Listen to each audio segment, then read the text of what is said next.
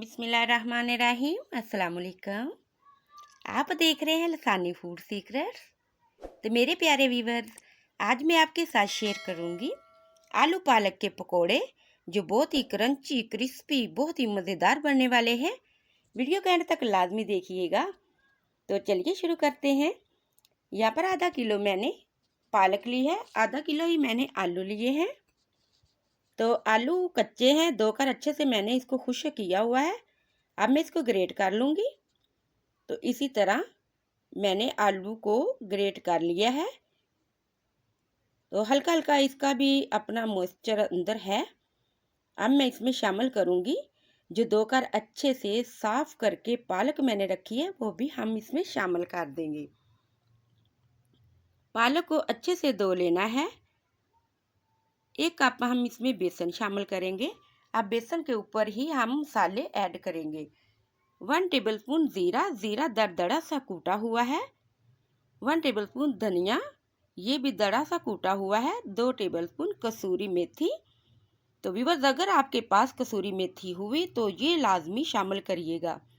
1 teaspoon लाल मिर्च powder में शामिल कर रही हूँ। 1 teaspoon ginger powder, 1 teaspoon black pepper powder शामिल कर देंगे। 1 टीस्पून नमक शामिल कर रही हूँ। अब हम हाथों से इसको मिक्स करेंगे। प्याज भी शामिल कर लेंगे, 1 बड़ी प्याज स्लाइस कटी हुई, सब्ज धनिया ये शामिल करेंगे। अब हमने क्या करना है, इसको हाथों से हमने मिक्स करना है। और शुरू में हमने इसमें पानी शामिल नहीं करना। पहले बेसन और मसाले को अच्छे से पालक और जो आलू ग्रेट किए हुए हैं इसी में हम मिक्स करेंगे, क्योंकि अगर हम पहले पानी शामिल कर लेते हैं तो ये पतला भी हो सकता है। तो आप देख सकते हैं ये आलू और प्याज इन सब का जो मॉइस्चर है वो अंदर ही है। थोड़ा सा कम से कम हम पानी शामिल करेंगे, हल्का सा थोड़ा सा। इसी तरह पानी शामिल करके आपने चेक कर लेना है। अगर यहाँ पर आपको बेसन की ज़रूरत पड़े तो आप बेसन और शामिल कर लीजिएगा। 4 टेबलस्पून मैं बेसन और शामिल कर रही हूँ और दोबारा मैं इसको मिक्स करने लगी हूँ। तो माशाल्लाह अब हमारा जो मसाला है परफेक्ट आलू पालक के पकोड़ों का तैयार हो चुका है। एक चीज़ रह गई है, अब हम इसको कवर कर देंगे। कवर करने के बाद 10 मिनट के बाद हम इसको फ्राई करेंगे। यहाँ पर मैंने पैन में ऑयल लिया है, एक एक करके मैं इसमें पकोड़े शामिल करती जाऊंगी। और तेल को आपने मीडियम फ्लेम पर रखना है, गरम करना है।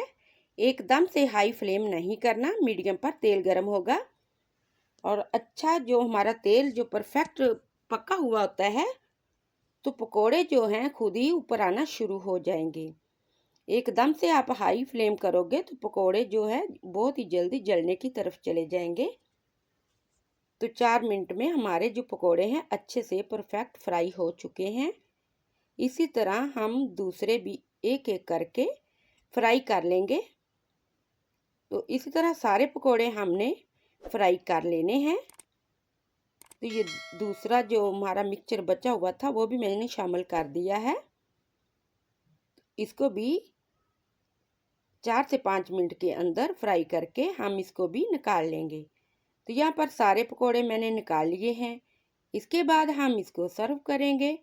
तो मेरे प्यारे व्यूअर्स, तो माशाल्लाह व्यूअर्स, हमारे क्रिस्पी से पकोड़े तैयार हो चुके हैं। तो आपने इसी तरह ज़रूर बनाने हैं। अगर आप मेरे चैनल पर नए हैं, चैनल को सब्सक्राइब कर लें, बेल आइकन के बटन को लाजमी प्रेस कर लें ताकि मेरी हर आने वाली वीडियो का नोटिफिकेशन आप तक सबसे पहले पहुंचे। वीडियो को लाइक शेयर ज़रूर कर दिया करें, ये आपकी तरफ से हमें नाम भी होता है, हमारी हौसला अफजाई भी होता है। Thank you for watching the video. अल्लाह हाफिज़।